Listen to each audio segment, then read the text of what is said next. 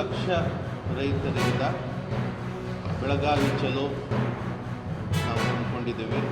ರಾಜ್ಯಾದ್ಯಂತ 1,00,000 ರೈತರನ್ನು ನಾವು ಎಕ್ಸ್ಪೆಕ್ಟ್ ಮಾಡ್ತಾ ಇದ್ದೀವಿ. ಬಹುಮುಖ್ಯವಾಗಿ ಬೆಳಗಾಂ, ಆಮೇಲೆ ಹೈದರಾಬಾದ್, ಕರ್ನಾಟಕದ ನಾಯಕರುಗಳು ಇದ್ದಾರೆ. ಚುನಪ್ಪ ಪೂಜಾರಿ ಅವರು, ಶರಣಪ್ಪ ದೊಡ್ಡಮನಿಯವರು, ಅವರ ಪಾತ್ರ ಇಲ್ಲಿ ಹೆಚ್ಚಿದೆ. ಕಬ್ಬಿಗೆ ಗುಜರಾತ್ನಲ್ಲಿ 6,000 ರೂಪಾಯಿ ಟನ್ನಿಗೆ ಸಿಗ್ತಾ ಇದೆ. ಮಹಾರಾಷ್ಟ್ರದಲ್ಲಿ 5,500, 5,000 ಹೀಗೆ ಸಿಗ್ತಾ ಇದೆ. ಟನ್ ಕಬ್ಬಿಗೆ 5,000 ರೂಪಾಯಿ ಏನು ಟ್ಯಾಕ್ಸ್ ಹೋಗುತ್ತೆ, ಅದರಲ್ಲಿ 2,000 ರೂಪಾಯಿ ರೈತರಿಗೆ ಕೊಡಬೇಕು ಅನ್ನೋದು ಬೆಳಗಾಂ ಭಾಗದ, ಬಾಗಲಕೋಟೆ ಭಾಗದ ರೈತರ ಪ್ರಮುಖ ಒತ್ತಾಯ ಆಗಿದೆ.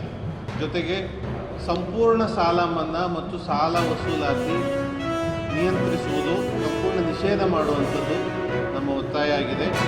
ಆಮೇಲೆ 2.5 ಲಕ್ಷ ರೂಪಾಯಿ ಕೊಡಬೇಕಾಗಿದೆ ಒಂದೆಲ್ಲ ಎಲೆಕ್ಟ್ರಿಸಿಟಿ ಕನೆಕ್ಷನ್ ತಗೋಬೇಕು ಅಂದರೆ ಕೃಷಿ ಜಮೀನುಗಳಿಗೆ. ಇದು ಹೊಸ ನೀತಿ, ಇವರು ಸರ್ಕಾರಗಳು ಏನು ರಾಜ್ಯ ಸರ್ಕಾರ ಆದೇಶ ಹೊರಡಿಸಿರೋದು. ಮುಂಚೆ 17,500 ಕೊಟ್ಟರೆ ಕಂಬ, ಟ್ರಾನ್ಸ್ಫಾರ್ಮರು, ಕನೆಕ್ಷನ್ನು, ವಯರು ಎಲ್ಲವೂ ಬಂದುಬಿಡ್ತಿತ್ತು. 2.5 ಲಕ್ಷ ಈಗಲೂ ಕೂಡ ರೈತ ಸಮುದಾಯಕ್ಕೆ ಒಂದು ದೊಡ್ಡ ಚಾಲೆಂಜಿಂಗ್ ದುಡ್ಡೇ ಕೂಡ ಚಾಲೆಂಜ್